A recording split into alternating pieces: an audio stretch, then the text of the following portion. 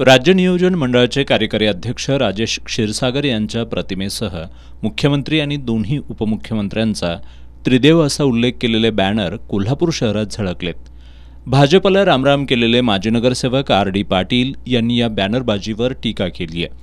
कोल्हापूर शहरासह राज्यात विकासाचे अनेक प्रश्न प्रलंबित आहेत, त्यामुळे बॅनरबाजीऐवजी विकास कामांमधून देव व्हा असा खोचक सल्ला आर.डी. पाटील यांनी दिलाय. ग्राउंड लेवलला जो नेता काम करतो तोच नेता पुढे जातो. शरद पवार साहेब देशात त्यांना ओळखलं जातं, त्यांचं कार्य ओळखलं जातं. अशा तुम्ही त्यांना सोडून गेल्यानंतर जनतेची नाराजी आहे पूर्णपणे. त्याचं प्रत्यंत तुम्हाला येत्या विधानसभेत दिसेल.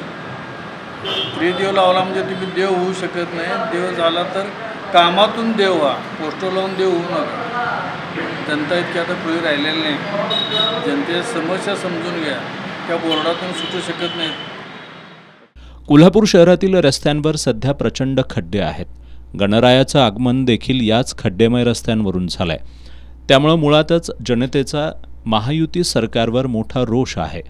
अशामध्ये सत्ता राखण्यासाठी अशा प्रकारची जाहिरातबाजी सुरू आहे, पण जनता अशा जाहिरातबाजीला कंटाळली असून बॅनरवरील प्रत्येक त्रिदेव आपापला स्वार्थ पाहत असल्याची टीकाही आर.डी. पाटील यांनी केली आहे.